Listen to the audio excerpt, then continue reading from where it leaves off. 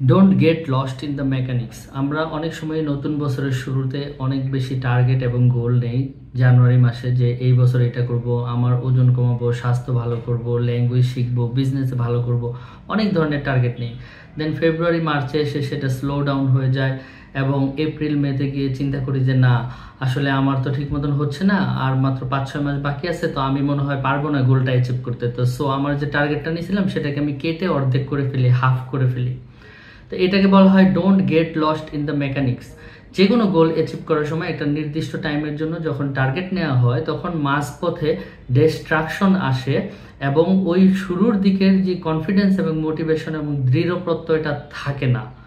তো এটা হওয়া উচিত না। এই জন্য সলিউশন দুইটা, একটা হচ্ছে টার্গেটকে অনেক বেশি বাড়ায় নিতে হবে 2 থেকে 3 গুণ, আরেকটা হচ্ছে এই মাঝপথে এসে হারায় না গিয়া মনোবলটা ঠিক মতন আবার রিগেইন করতে হবে এবং ওই গোলটা অ্যাচিভ করার জন্য অ্যাকশনটা বাড়ায় দিতে হবে। Don't get lost in the mechanics.